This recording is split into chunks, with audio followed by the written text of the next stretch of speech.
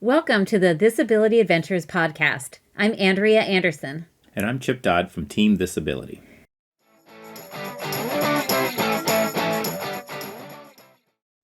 All right, we're here to talk about the Mint Springs Adventure Race. It was an 8-hour race. There was also a 4-hour option, and no race is too small for us to cover on our podcast because it was fun. And it was also free, which is really awesome. John and his family of Crozet Racing put it on.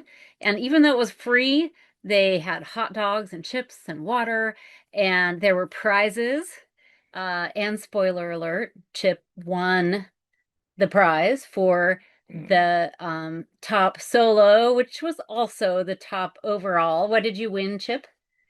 Gift certificate to Three Notched, right? Mm-hmm. Brewery and Star Hill Brewery. Even though I can't drink beer, hopefully they have a cider or a seltzer. Well, guess who can drink beer? You. So So I you should win have gone too. faster, then you could win It's the a prize. win-win. No, I win. If you win, I win. That's true. That's true. If I lose, you lose. That's true. No, not this race, This because race. we raced solo. Each of us raced solo. So, yeah, the other cool thing about this race was that they collected donations for the Crozet Cares Closet, and that supports local families in that area, providing household supplies for them. And you can also donate online. So if you're so inclined, you can also help them out. It's the Crozet Cares Closet. So yeah, thanks to John and his family. It was a great race. It was, like I said, we did the 8-hour race, and there were 9 teams that showed up for that. And for the 4-hour race, there were 19. So Crozet, Virginia, or the Mint Springs Adventure Race, happened at the Mint Springs Valley Park, and it's in Crozet. And Crozet is about 30 minutes from Charlottesville, which is right along where I guess the Appalachians start. Is that how you describe Yeah, it? it's like the eastern side of the Appalachian Mountains, and Crozet is like right where it starts getting steep. Yeah, I'm going to share this photo that the race director shared. And you can see what we're talking about. So down here is this lake, and there's some trails all around the lake. And to make this area large enough for an 8-hour race, he incorporated all of this part of the mountain. Um, and some even private property. So we should also thank the Orso Blue Farm for letting us use their property. But it was super steep, and like it was either clear runnable woods. Well, I say runnable. It was too steep to run, but it was either clear or completely covered with briars. Yes. And brambles, the ones that like hook onto you and they don't let go. Yeah, It was rough. yeah, it really was. Um, but let me stop sharing that. Um, So here's how things went. We already said that Chip won, but he didn't only win, he like crushed it. He finished this race in 4 hours and 37 minutes. Now, this is what we were told when the race started. What we were told is that Phil Dawson, a friend and past teammate of ours And a that really lives good in Richmond, navigator. yeah, he's an excellent racer. He vetted the course, and he said that he thought it was probably clearable. But then the race director said that it took him and his son 20 hours to set the course. So we had a wide range of, is this clearable or not? So for me, this is my first race after my broken ankle, and the first race I've navigated in ages by myself. And anyway, so for me, I was really unsure if I would be able to clear it. And Chip, as he is, never questioned that, right? No, I mean, I didn't know. I was just going off the same information you were, but I was going to go in guns blazing as if I was going to have to cut points. Yeah. And we also knew our friend, like, I knew a lot of people at the race, but Mark Walmsley is another person who does a lot of the orienteering at Central Virginia Orienteering Club. And we frequently are within minutes of each other. And so I knew he's the guy I was most concerned about. And I think he came in like 17 minutes behind me. So even though I had a really good race, if I had made any extra errors or had a flat tire or piddled in transition like I usually do, he would have taken me no problem. Yeah. So most of this episode is going to be about Chip sharing how he did this magnificent feat. But I'll share first how my race went, and because it's a short, less interesting story. But I got started and my navigation wasn't too terrible, but one of the first points I went up the wrong side of the reentrant and I ended up bushwhacking a lot, and I saw the point from the other side of the reentrant, and I needed to get over to it. So that was a whole brambly mess, and I did get to it, but I had to like do a little bit of backtrack, and it took me a lot longer than it should. And so in this race, there were 30 points for 8 hours. So in my mind, I was thinking I'd like to be getting a point every 15 minutes if I'm going to clear this course. So this ordeal takes way too long. And then after that point, I get the next one just fine. But then I choose to go from 16 to 18, which, if you did the race, you'd know, but many people did not choose that route. And it was just a brambly mess. It wasn't the intended route. And I tried and tried and tried. And I kept getting just stuck. Like, in this like pit of brambles where I couldn't even hardly tell how I got in there. You couldn't stomp over them, you couldn't duck under them. Ah, it was miserable. So like, okay, I'm scratching this and I'm going, for this other point for 15. And that was fine and nice. But by that time, I was kind of freaked out about the brambles. And the clue for the next point was something about past the brambles. And I'm like, I'm not doing that. And my ankle granite was just getting a little bit sore. And I thought, I'm going really slow on this off trail stuff because I'm still needing to kind of be careful with my steps. And so I decided I need to get back to trails and I'm taking way too long. It's gone too many minutes per checkpoint for me. So I'm probably not going to clear either. So I left 7 points out there and it would be silly to think I would ever return. You just wouldn't. If you were up there, you were going to get those points up there. And then, um, so anyway, I turned back. And so that sealed my race. I did get all the points after that. And the bike ride was a lot of fun. And I don't think I did terribly, honestly. My ankle held up and I didn't ever get really lost. And, you know, good for I think you me. did good. Yeah. But so I finished in 6 hours and left 2 hours on the clock and blah blah blah. So chips, chips. Luckily, you got to go about the same distance I did. Well, that's that's what's so You got freaking your money's worth. so hilarious. So Chip, is already done by the time I get done, and he's gotten 7 more points than I have. And he did it, in an hour and a half less than I got the points that I got. But the funny thing is, I went 22 kilometers total. If you look at my Strava, and Chip went. Something like 23, maybe 23 and a half. Yeah. So he only went one more K to get 7 more points. It's something about the efficiency of the route, maybe. I don't know. I don't You were in know. brambles around and around and around. So anyway, it makes one wonder, like, what did I do wrong? Part of it must have been my route and my navigation. But really, I really couldn't believe how fast Chip did it. And I think it was the both times I saw him, he was like flying by. Like I couldn't even really believe it. And of course, I've raced with him a lot.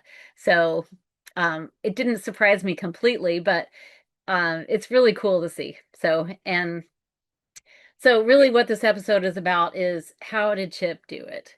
And Or the difference between an 8 hour race and an expedition race. Because most of our podcasts are about these 8 day massive epic adventures, and it's a completely different sport than an 8 hour backyard free race where there's, low risk, but also you can blow it out. Because, we have no races coming up until February, I think. So it's like, yeah, you get a blister, you get a little chafing, who cares? Just, but I you know. often think even at our orienteering events, like how did they do it? Oh, Like yeah, yeah, you yeah. and Jesse and Right, Mark, like how do you do it? How do you go that fast? So right. that's my first question. How did you go that fast? Um, it's a haircut, a little bit of everything.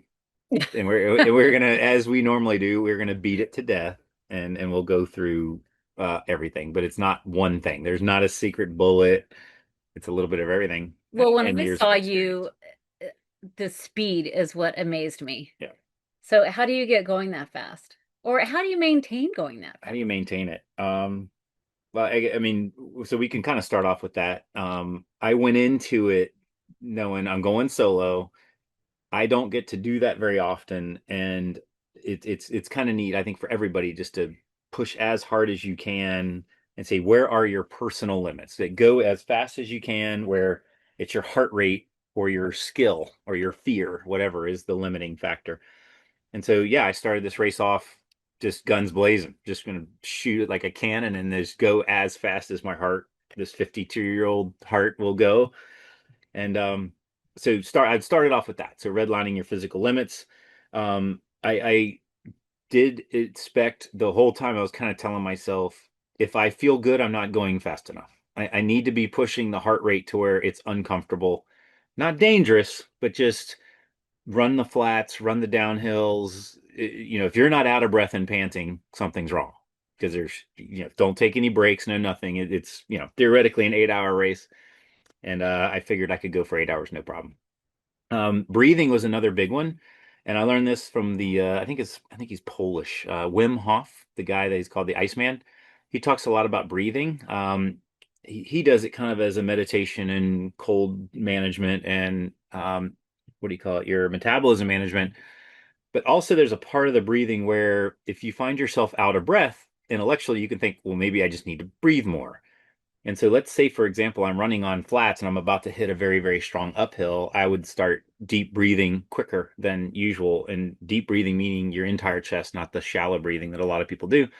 And so I'm over breathing going up the hills. I'm over breathing on the bike. I'm over like you're like hyperventilating so that running out of air or getting rid of CO2 and having enough oxygen is not the problem. So basically I went in thinking I need a fuel with way more calories than I could possibly burn. I'm going to breathe more than I possibly need air. Basically, the heart rate was the limiting factor.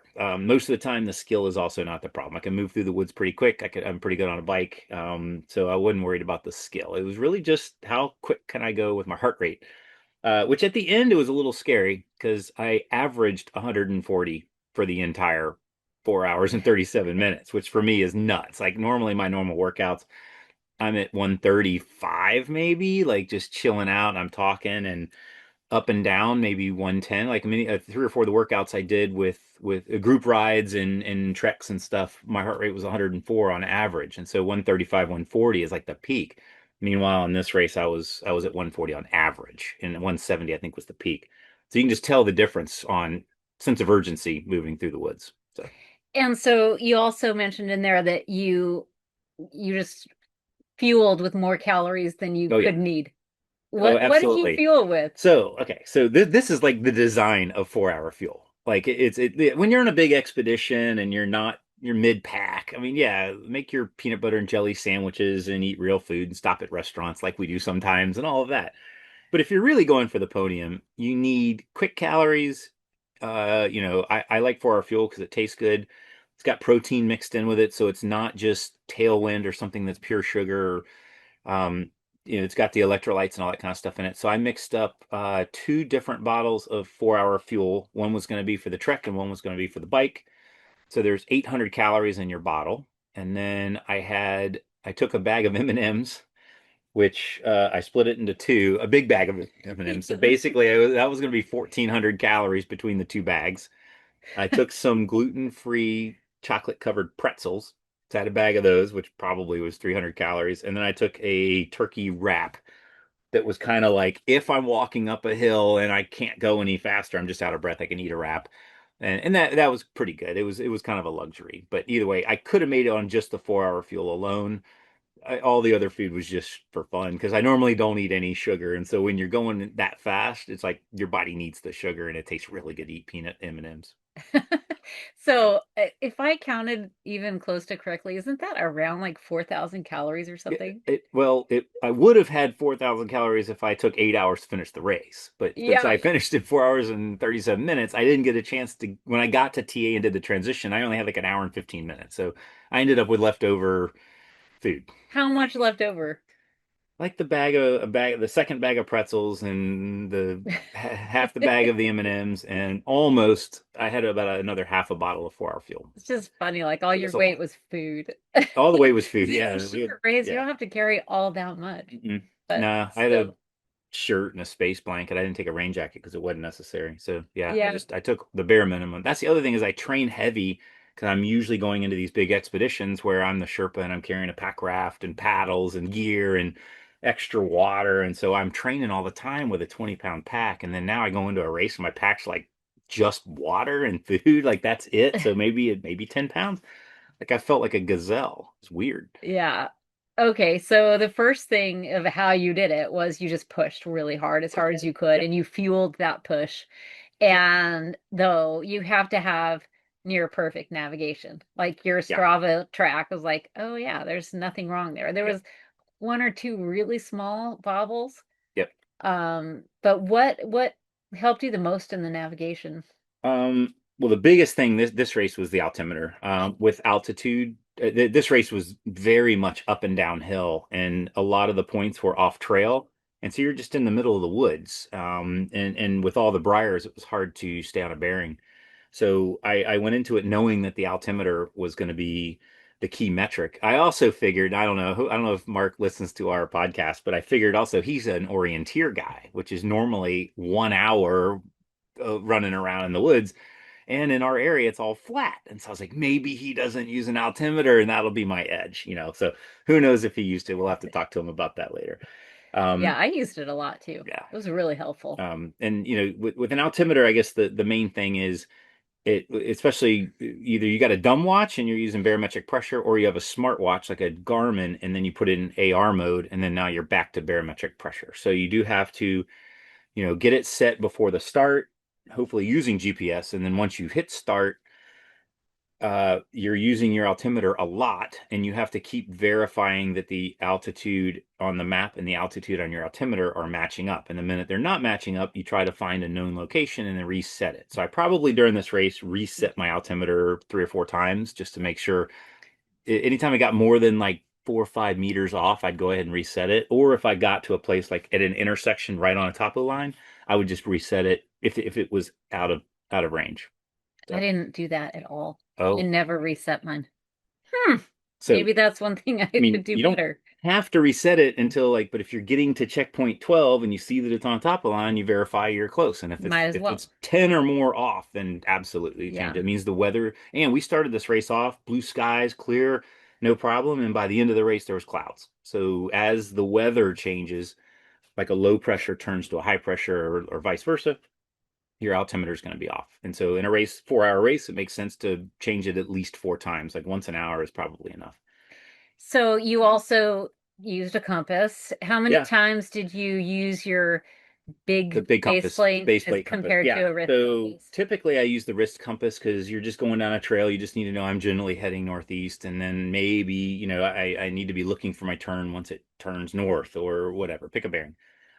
Also, with the sun out, all of the, and without any leaves, all of the shadows of the trees were at an angle. So what I like to do is like you use your compass and you look at the direction that the shadows are pointing.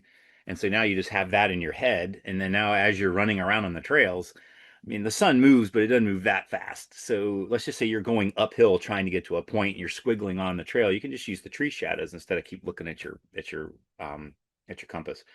But I did bring the base plate compass with me because I knew that most likely, I mean, I always have one with me, but I knew that I might need it because a couple of the bearings were probably what looks like, you know, 300, 400 meters through the woods going downhill. And so I literally pulled it out with a little mirror and looked and shot a bearing really far. And then that way you can run around the brambles or do whatever you got to do to get to that next known location, which is like maybe a tree falling over, an arch or something. And so you do this. And so if you look at my Strava, you'll notice even going through the woods, I'm pretty straight unless I'm going around something. And so that worked really well because I think with just a wrist compass or fiddling around with the tree shadows, you're not going to be able to hit a point that direct. And he did a good job of kind of hiding the points behind stuff. So you know, you're not just bebopping through the woods and you see it from 100 meters away. You kind of had to hit it. Um, so I did use the base place probably 4 times. I think I probably used the base place. I base base plate compass. I normally don't like to use it if I don't need it because it's something in your hand, and if you trip and fall, you've got this thing that could impale you or break or whatever. So I normally only pull it out when I really, really need it. Other than that, I use the wrist compass. Um, So I don't yeah, use a wrist compass. And I use it's not a base plate like yours with the mirror and the sighting scope thing, but it's attached by a cord to my backpack. So if I drop it, it doesn't go away. But maybe that's something that's slowing me down. maybe. I mean, I don't know. also I have it in my pocket. I got to pull it out and then wrap the thing around my wrist and then undo it and put it away. So that's inefficient. But also, I don't like something flopping around and hanging off of me because it's one more thing to get hung up in the briars and all that. I don't like something that's not declinated. The wrist compass is just seems too general for me. And then I think, oh, it's veering this way or that way because of the declination. And, in our area, it's -10 degrees. So to me, that's kind of a lot. So I Right, feel like using the compass I use, it takes away some of the thought process. Like I don't have to think about that. right, I don't know. yeah. So that Okay. it, I think obviously since I went almost as many kilometers as you did, but didn't get near as many points, something about my route was completely inefficient. So uh, your Yeah, route must have been right. just the opposite, very Just the efficient. opposite. So how did you choose your route? Um, we didn't have a lot of time with the maps. I would say what, 40 minutes maybe? 45 minutes. 45 minutes. I pretty quickly, I didn't have enough time to really look like, should I go clockwise or counterclockwise and go point by point and kind of add some tracked pros and cons and figure it out. So I kind of just picked basically a counterclockwise route. Um, I did decide I wanted to go high first because I figured I'm going to be sweating my ass off trying to run straight up a hill. So in the morning it's a little cooler than in the afternoon. So I was like, I want to put in all the effort while it's cold. I also wanted to go high and clear those points quick because they're the furthest out, and that way I'm working my way back to the finish line. So if I was running out of time, I wasn't really, really far away from the finish. So that was kind of the strategy on that. Again, I didn't look at there was a lot of route choices in here. And so as I'm kind of looking at the map, I did try to pick an efficient route. Meaning like how do I get as many checkpoints as possible in the least distance as possible?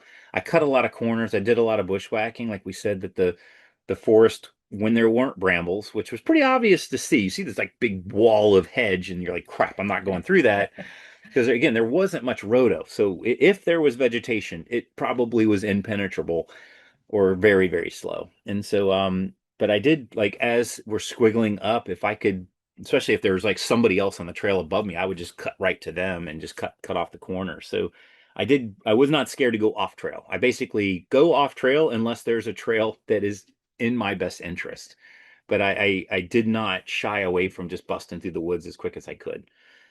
Um, And you looked at the periphery of the map when I didn't also. I mean, there's on the map, there's a boundary line, and just inside the boundary line, there are some roads that almost look like car roads. One of them was a car road. And to me, I just thought, well, surely we're not supposed to be on that. And the points aren't necessarily directing you to go that way. So I thought, well, that's not the intention of the race director. But uh, I guess that's why I didn't look at that. But you did. yeah, I found And two different routes that took me outside of the park boundary, but it wasn't hashed off in red, and I don't remember him saying anything about thou shalt no, not go off the reservation. So I started off right in the beginning at the very bottom when I was trying to get a few points and then head up the hill. There was a road just outside the park, and so well, I'm going to take the road up because it was kind of obscured on the side of the map, and I figured nobody else would see it, and that'd give me an advantage because I'm just running up a gravel road versus messing around with trails and rocks and roots and all that kind of stuff. But I got down to the entrance and it's like private property and do not come down this road. It's like crap. Like I very much respect people's private property. And so I decided to do the right thing and just turn around and just, eat crow. And I wasted a minute there and go the way everybody else is going. Now on the way back down the mountain, checkpoint 6, I saw another road that I gave that one a shot. Didn't see any private property signs. Although when I popped out of the woods, it was like a vineyard. But luckily, there was some intersections, and I was able to take the road into the woods, and nobody saw me, and so nobody got mad because I was on their property. But even Good. that one, I used the road when I could, and I cut corners when I could, and tried as straight of a line as possible. So I was able to shave off some time there. Um, I think too, you talked about staying out of reentrance. yeah, Like I discovered that as I was in a reentrant, like, oh, I shouldn't really be here because this is a mess down here. I've got to yeah, get out of this. And it was underneath some um electrical wires. What do you call those? power lines. Power Yeah, lines. Duh. Um yeah, so that underneath power lines are notoriously, you know, briars. hard to Yeah, get through briars, but yeah, this was under a power line and a reentrant, right. and that's when I chose the wrong side of the reentrant. But Yeah. ugh, messy. So kind of the way I think about it is like undergrowth likes sun. And so the more sun, like under power lines where there's no tree cover, you're going to get undergrowth, which is thick and a lot of times briars. Briars also like water. So a lot of times whenever you get into a reentrant, there's more thicker vegetation because there's more water for it to drink, and briars love thick or water.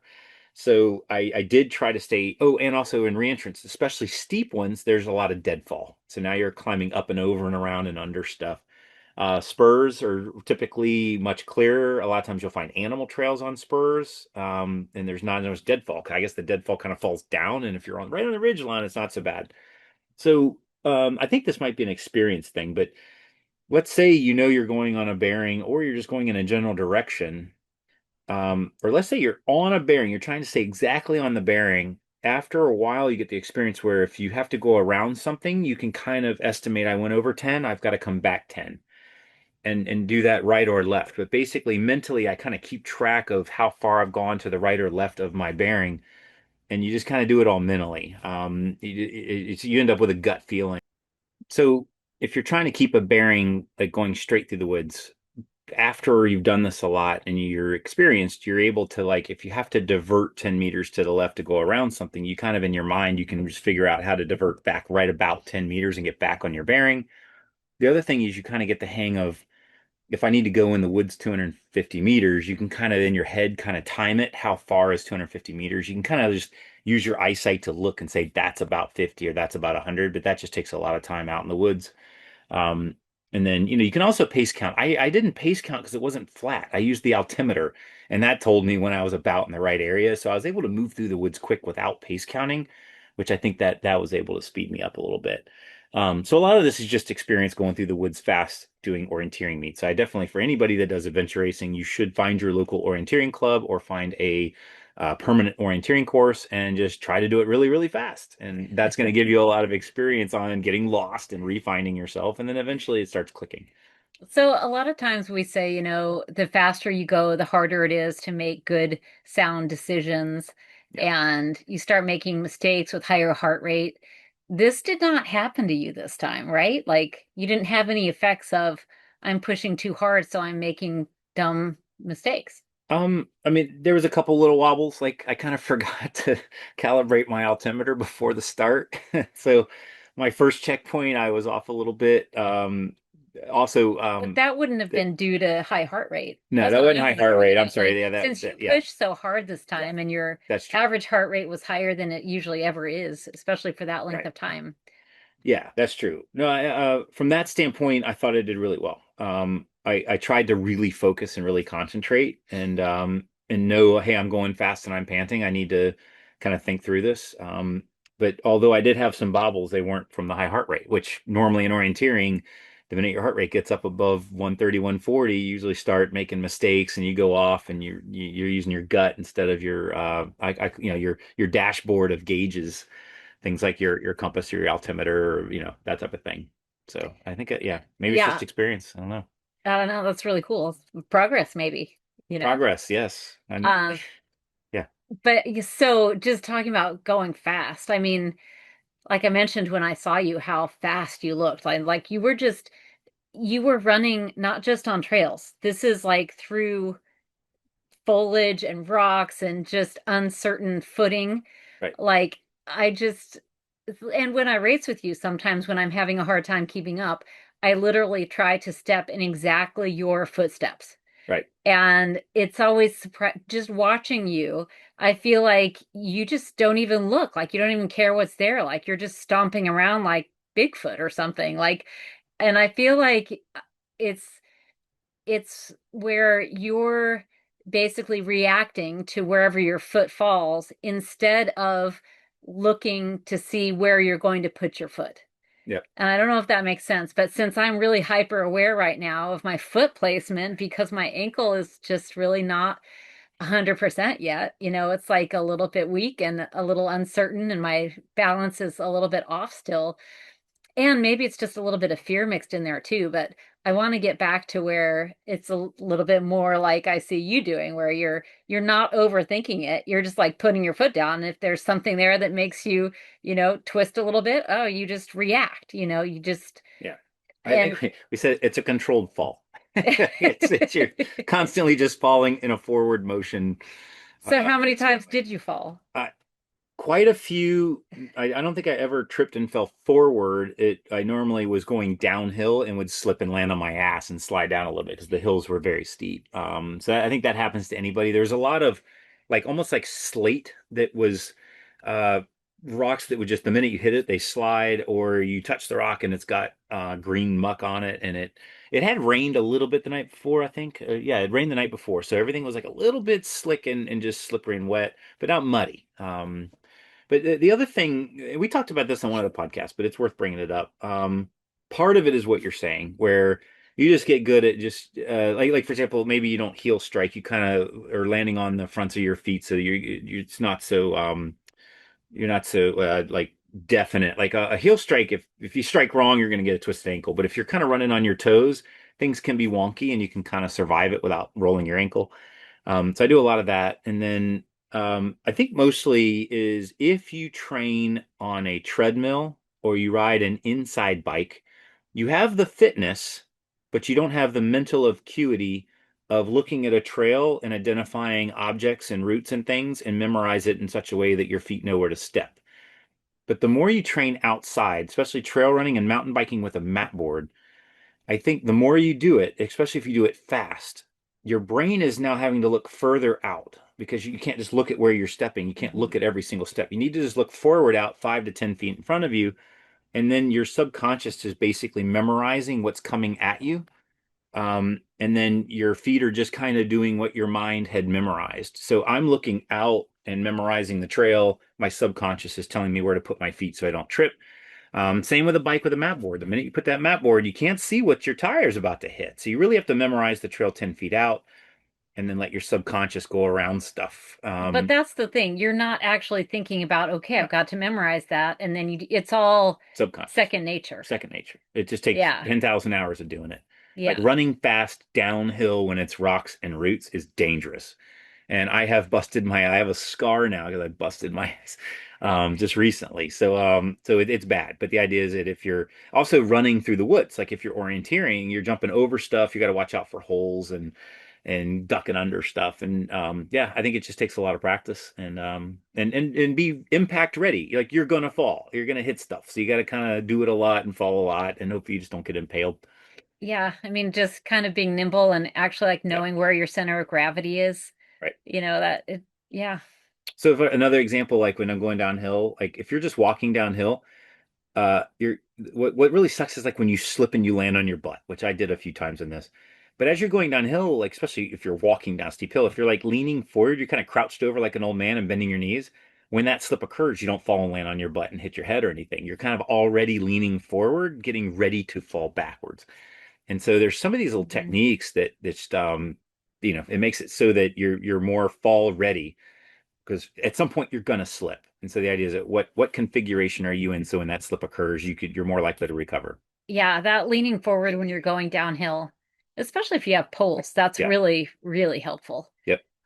Did you use poles? No, that would have been yeah, you're moving too fast for poles. Yeah, it's just one more thing. And also you got a map in your hand, so you'd only have one pole if you had a pole. It was just too steep. I needed four-wheel drive going uphill, and I Yeah. needed even four-wheel drive. Like I was going downhill, like sideways in a slide. Yeah. You don't walk down the hills. I mean, I'm not on the trail. I mean, when you're in the muck and the grass and the slate, you're going sideways. And you're kind of sliding sideways down. So you really need your hands available. I did have gloves on, but yeah, a pole would have just been in the Yeah. way. I I used hands and knees for a lot of stuff. And obviously I didn't get to some of the stuff that you did that was more off trail than what I did. But then finally I did have a fall where I thought, I've got these poles in my backpack. Why don't I have them out right now? And it wasn't a bad fall or anything. It was just a little bit of a slip. And so I pulled out one pole. It was to go down a rocky downhill that was covered with leaves. So Yep. I don't know. It helped, but before that it didn't. Um, so you also move really confidently. Like you kind of, I just feel like you don't second guess where you're going and you're able to get through dense vegetation. Yeah. Like, And also you don't have time to say, should I go that way or should I go that way? Let me think about this. You kind of just have to look at it and go, I'm going that way, and then whatever's there, I'm just going to go through it like a bulldozer. And sometimes you make good decisions. Sometimes you get caught in a briar jail. so, Luckily, this yeah. time I made pretty good decisions. But after you kind of were in the race for maybe 30, 45 minutes, once you did some backcountry stuff, you start seeing the vegetation that's bad. And I would go 10 or 15, 20 meters around. If you see on my track, you'll see a bearing and you'll see me go around and then keep going. That's me just going around vegetation. I just was like, no, I'd rather go way out of my way to get around the vegetation than to go through the briars because they really slow you down. They're the ones that once they get you, they cling and it doesn't let go. And so you have to like pull them off by hand. And if your knees are exposed or something, you get tore up pretty bad. So I did, you talked me into wearing pants. I almost went with just Yeah. like bike Aren't you shorts glad? and shin guards, but very glad I had my legs covered because it gave me Yeah. a lot more confidence to bust through stuff. You also had your arms covered and I didn't. I don't know, I had short sleeve shirt. Oh, I thought you So wore a I long got sleeve tore shirt. up. Nope, I just had short How sleeve come shirt. my arms look so much Yeah, worse than you? got some Again, patches, but I took the wrong route. I wish I had before the race just glanced at your map to see what or asked you which way should where are I you go, going? Chip? Yeah. I mean, Well, I had a really, why? clearing course, but yeah, but either way, we could have I talked don't through know. that. I like to learn on my own sometimes. Was there anything you did to your map beforehand that Yeah, was helpful? again, I didn't have a lot of time, so once I had my general route planned out, I did look at the points that were going to be off trail and far out, and I went ahead and put the altitude. I wrote it on the map so that I could just be running down the trail, and I knew when I got to say 2700, I knew I was going to be right at checkpoint 11 or 2766. I was going to be at CP12. So I did that. In some situations, I put the bearing on the map. So I went ahead and used the base plate compass while we're comfortable before the race. And I kind of did it on the map and then figured out it's, 30 degrees on, the elevation 2000. You're basically following the topo over to CP20. So I put the bearing and the elevations on any of them that weren't obvious. And that really helped a lot because that's just one less thing I had to do out there messing with the compass on the map and trying to with topo lines is kind of hard. Like you got to find the prominent line that's got the number, and so sometimes that number is four curves over, and then you got to count up to the checkpoint or count down to the checkpoint. And in addition is better than subtraction or easier for me at least. So I always go to the lower one and count up to the CP, and sometimes it's in between the topo lines. So you have to, these were 40-foot topo lines, and so you had to kind of cut it in half and wing it. So I figured the more of that math I could do in a controlled environment, sitting at a desk with good light and my heart rate's low, then that would save me from making errors while I was on the course. Too bad I didn't do that. You should have. But speaking of 2,700 feet, looks like 2,760 was where you had a freak encounter. I had a freak encounter. We need to hear Yeah. about this. So I had taken a bearing from 11 to 12, which I don't know, it looks about 250 meters through the woods, and this is way high up on the course. I'm not sure if anybody had been there yet because I think the CP had fallen over and I had to put it back up or something. But I hear something approaching. I'm assuming I'm standing at the CP, so I'm basically giving away the location of the CP, which I should have known better. But I kind of look over thinking I'm going to see a racer approaching, and it's two little baby bears running at me with a big mama bear, like whatever, 5 meters behind them. And they're pretty close and running they're running like a playful dog coming up to be pet. And but I was like, oh, look at the cute bears. Look at mama that's gonna kick my ass, you know? So I think that they were bounding around just playing and didn't see me because I wasn't moving. And so basically I did what everybody does. I about pooped myself and then I realized, wait, stop.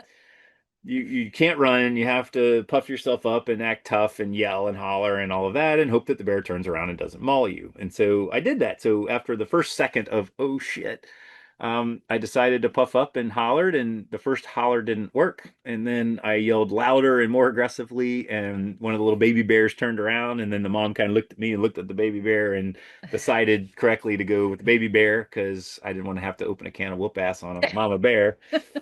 But so I was glad to see them turn around and go, and so I hollered a couple more times. But then the problem is they went on a bearing that was very similar to the bearing from 12 to 13, and so they're about 10 or 20 degrees off from my bearing that I was on. So I had to kind of watch over my left-hand shoulder as I was bounding through the woods to get to the next CP and get away from them. But yeah, I had not had bears that close, especially on mama and two babies, And running at and you. running. That was weird. They That's were bounding through the terrifying. wood. Normally, the minute the bear sees you before you see them, and then you hear them while they're bounding away, or they coming down a tree and scraping, and then they run away. Never had them run towards me. That was a little freaky. Yeah. And I had no bear spray or anything. It was just a matter. This was going to be hand-to-hand combat with a bear. It was Ugh. dumb, but whatever.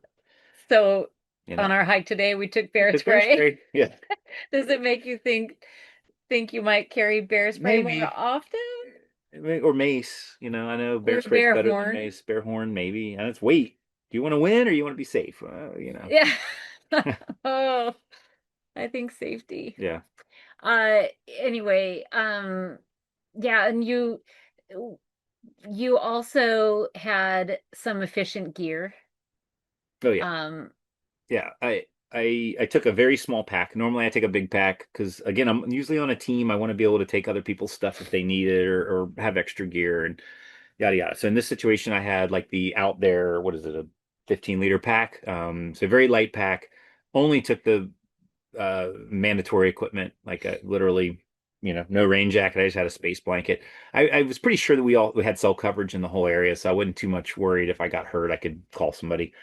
Um, and I wanted everything accessible to my hands. I didn't want to have to ever take the pack off if I didn't need to. So that worked out really well. I had the little pockets up top. I had the little pockets all around the side. With the out there packs, you can reach back to your big pocket and get your sandwich or whatever. So yeah, yeah, from the start to the TA, I never took the pack off. I did take the pack off at TA to refill water and reload the snacks for the second leg, but that was very quick. They had water at the TA, and so I had some bottles staged, but I wanted to have a little bit extra, so I had to get a water bottle and do that. I had to eat a hot dog because the guy had hot dogs.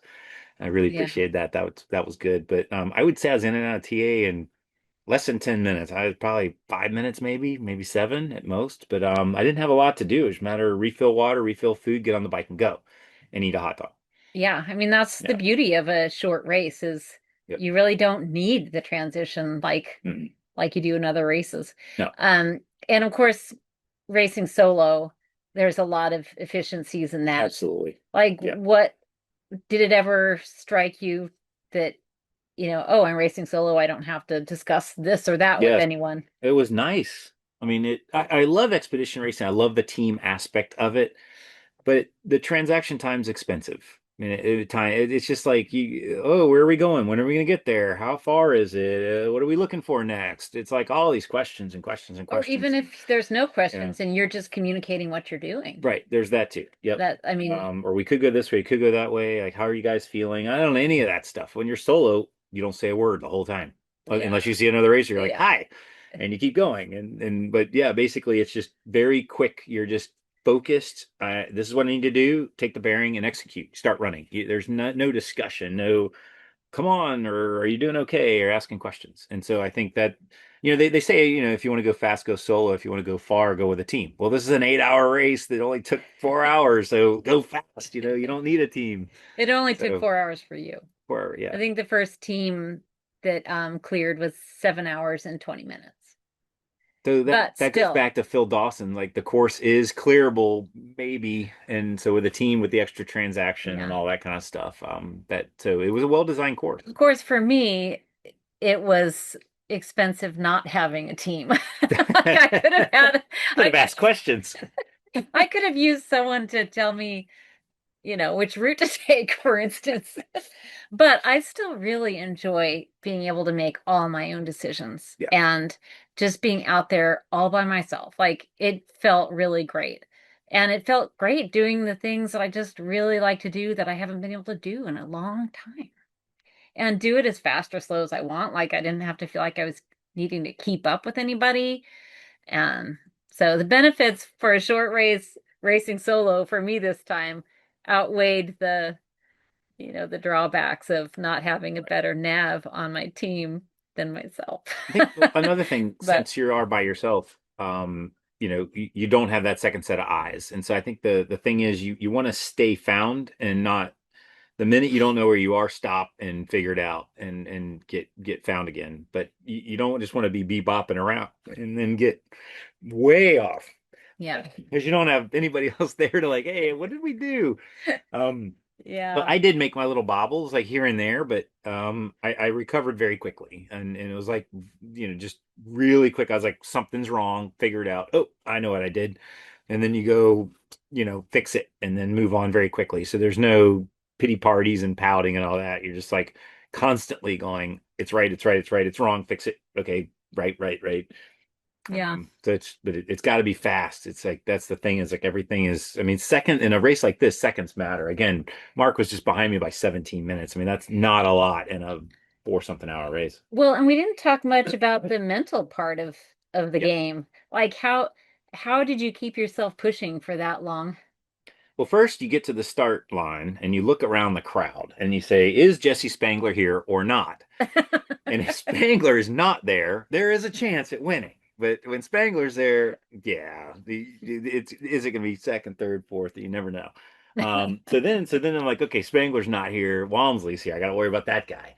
And there's a few other formidable looking people, like they're very fit and they got the little runner pack and they just look like they can stomp you and they're younger and all that kind of stuff. But I didn't recognize them, so I was like, okay, maybe they're not experienced or whatever. But I knew Mark was going to be So the formidable. competition was a driver. Yeah, but also you're like, what would Spangler do? Spangler would run as fast as possible down the trail to the point where it's probably dangerous, and he'll just roll out of it and da da da. But yeah, dude is super fast. So I Yeah. was like, okay, I got to be the Spangler today. And what would he do? And he's just always sprinting. And so I was like, okay, I'm gonna go as fast as my heart will allow me to do. Yeah. And just remember, I was always like, I knew I'd seen Mark at the beginning, and I saw the route that he's taken, so I knew we had different strategies. And after the first 10 minutes of the race, I never saw him again.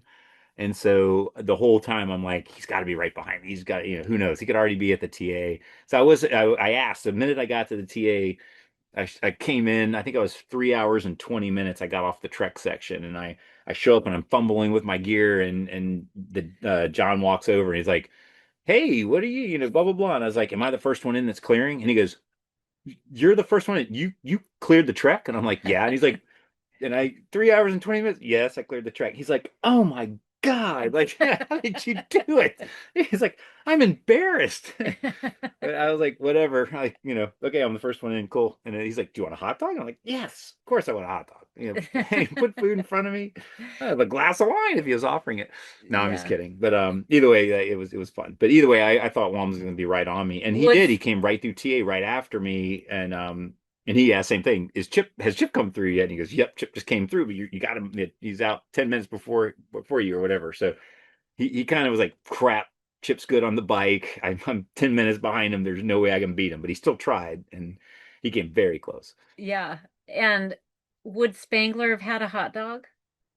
I don't know. I don't think I so. probably We not. need to find I ate out. it very quickly. Jesse, would you have had a hot dog? Would you have taken the hot dog? Let He us know if he you're he went over hearing to the this. grill and he put it right on the table in front of me. Even put a little ketchup and mustard, and so I got everything done, and I wolfed down the hot dog real quick. So maybe it put me back 30 seconds, maybe. Yeah. And also, I think part of the mental game is you were probably thinking it's just an 8-hour race. I just have to push this certain amount of time Yeah, and then it's done. Like when you're doing an expedition race, you're always thinking about how long can you maintain what you're doing. yeah. And maybe now since we've kind of talked about the race a lot, maybe we should talk about the differences between shorter and longer Yeah, I races. mean, I guess going back to like what you just said, like I was planning on this course being unclearable and having to give up points. So I was planning on being able to go really fast for 8 hours. But I had done the Shenandoah Epic solo a couple times.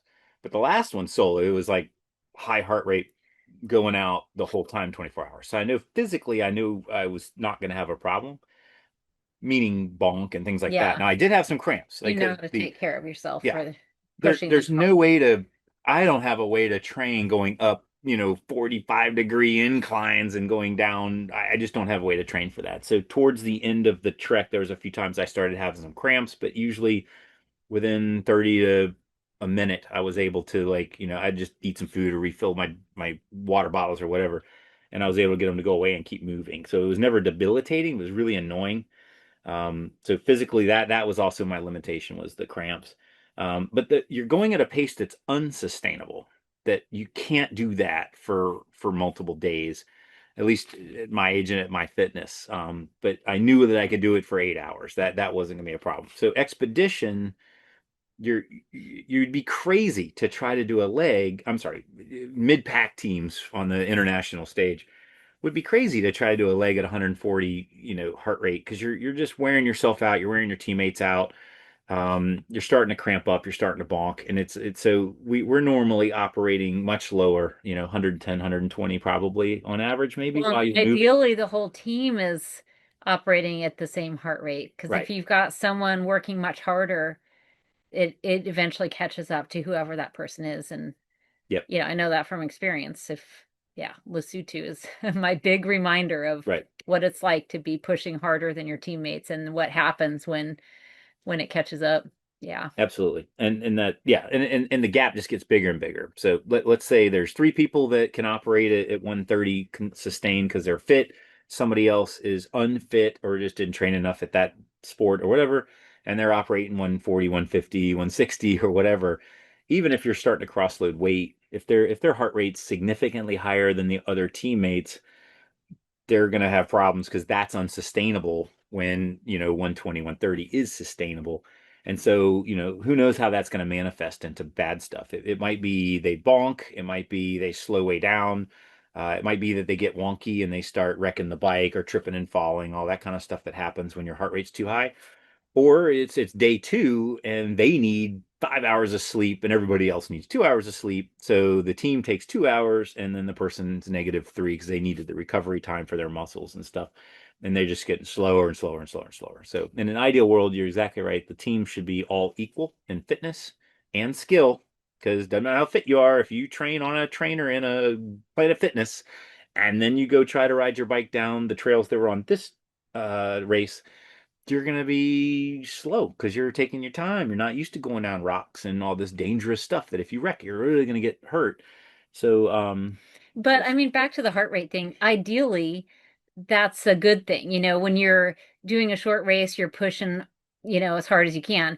When the team is all at the same, heart rate, that's a big difference between the short and longer races. And it's a benefit to longer racing that you're not pushing as hard as you would be in an 8-hour race. right. Because it's not sustainable. I don't think you can race 4 days at that level. That's the other thing when it comes down to nutrition. You can do the 8 hour race with just 4 hour fuel and some M&Ms. In a longer race, you really kind of need some real food. Real food, maybe it's an apple, maybe it's a sandwich, something like that. It's hard to just have gels and just real quick energy over 4 or 5 days. Because now you're getting into tummy problems. The other thing is hard to eat when you're really, really high heart rate. So you can't eat big heavy food like a big sandwich or something like that if you're jogging at peak. So that's why I was very much picking, like when I was going uphill where I'm putting a lot of effort in and I am high heart rate, but I'm not jogging, I guess. I was able to kind of eat and be okay and eat the M&Ms, which, one M&M at a time is lots of calories. Yeah. I think another really big difference between expedition races and shorter races is the type of nav. Like this is really micro nav. Like we were getting points every 15 minutes or so. And so you're looking for turns in, 200 meters, or, you're getting really dialed in on this is my attack point at this bend in the trail, and I'm going to take this bearing and I'm going to go this far. But in bigger, longer races, that nav gets even bigger. It's just more macro. Your decisions are not as often, and often, well, I don't know, you'd have to say not No, often's good. as I mean, shoot, yeah. with the World Championships, it's like we just have to walk on this road for like 13K. Like, just sit back and talk. Let's just walk down this road for hours, and once it's ready, we walk down the road for hours, and then we just turn around and walk right back, just chit chatting. I mean, you're moving as fast as you can, but there's no navigation. In this race, it was like there wasn't there was always something coming within 200 or 300 meters that you had to pay attention and look for. It was very, very quick. The minute you're done with this, you go to that, and then you go to that, and then you go to that. There was no, oh, I can just zone out and walk down this trail for 10 minutes. That didn't happen. Yeah. So you're always watching the altimeter. Larger races, there's a lot of different styles of racing for expedition races. So there may be more nav choices and route choices than the example you used, but it's still usually on a broader scale. Yeah, totally. Yeah. Um, and then, when you're doing a short race like this, if you start having just like a little problem, like maybe you might feel a hot spot and you think a blister might be coming on. In a short race, you're probably going to just ignore it. Yep. You can suffer through almost anything for 8 hours. In an expedition race, that's something that needs to be addressed right away, no matter what. If you're Oh, yeah. feeling a hot spot in the first 8 hours of a race, you're going to stop and treat it and make sure it doesn't affect day 3 or 4 of your race. Right. When you lose your feet, you lose your race, basically. So you're right. A rock in your shoe or a hot spot, or you cross a river and you got sand or whatever in your shoe. In an expedition, I mean, we're one where like, okay, guys, let's fix our feet real quick, put on some lube and get all the crap out of your shoe because you need to go for 7 days. You can't take an infection. Once That you're, goes for chafing you too. Like chafing, yep. 8 hours, who cares? Who cares? 3 days, 4 days, Yep. 10 days, it And even matters. the scratches, all the scratches Yeah. on our legs and arms, it's like I'll be done with the race. I can take a shower and get it cleaned up. It's not going to get infected. But yeah, on an expedition, yeah, you don't want to get scratches all over you and blood coming out and all that because you're not going to take a shower. You're going to be dirty for maybe 2 or 3 days, and you don't have any way to stop the infection and stuff. You don't have time to stop and put on all kinds of first aid kit stuff. So I'm much more careful busting through stuff like brambles on an expedition. But in an 8 hour race, and we got nothing coming up. Basically, we have plenty of time to recover for whatever. So yeah, you let yourself get shredded. Nobody cares. And this is Like all Dirk said, it washes off in the shower. Yeah, all those scratches will just wash right off. right, Dirk. Oh, so funny. Um, Also, of course, this is like a no-brainer, but short races are a lot easier to plan for than long races. There's minimal prep, um, just easier. Um, some drawbacks though to shorter races is there's often no night navigation, no night biking or night travel, and I think that's pretty fun. Yep. Um, And you don't get I guess you're on the whole time, like mentally and physically, you're just going, going, going, going. Like some of the best times is like you're 3 days in a race, you're walking down a long road, you're bored out of your mind, and you're just chit-chatting and joking and just like you're just hanging out with your friends in the woods. And so those are some of the fondest memories of adventure racing is all of the banter between the teammates when you have some downtime. You're just walking, biking down a trail, whatever, no big deal. On these races, it's like you're on the whole time. You have zero time to sit there and relax and play. And I did stop and talk to some folks. Like I saw Michelle and Liz, talk to them for at least 2 minutes probably, and I talked to you for a little bit. So I did stop a couple times to say hi to folks and whatever, but I did try to keep moving because I knew I had Walmsley right on my tail. yeah, I ran into Liz and Michelle too, and we took a selfie and took some photos, and they were racing the 4 hour race, but it was the same bike route, and we were pretty much together a lot of that. It was fun. So this obviously, I think, is a biggie that after a long race, you do feel more accomplished. You know, Yeah. an 8 hour challenge is really awesome. It's really fun. All these reasons you should race 8 hours and enjoy every chance you get to do that. But taking on longer races, you do feel like you put more into it. Um, the stakes are higher and therefore the reward is just, it feels that much better. Yep. Yeah, Yeah. I agree. It's like the 4 hour race is like the equivalent of a 5K if you're a jogger, and then like the 8 hours like the 10K. You start getting in the 24 hour, now you run a marathon, and then of course the expeditions are like the ultra where you really kind of need to know what you're doing before you dive in. But either way, even if you're a runner and you do ultras, it's still fun to do a 5K from time to time. Yeah. So thanks again to Crozet Racing. It was really great. Yep. Appreciated the opportunity. Yeah, it's fun seeing everybody out there, and definitely recommend this race in the future. It was, whether you're brand new to the sport, it was a great training race. And if you're a veteran, it was extremely challenging when it comes down to navigation and course strategy and all of that. So even though it was an 8 hour race, it had the feel of a big expedition crux of a race. So I And was impressed. at the same time, offering a challenge for brand new racers. There were lots of options to cut things that might have been too challenging. And yeah, it was a great course. So, all right. Great. Well, thanks for listening, and I hope to see you at a race soon.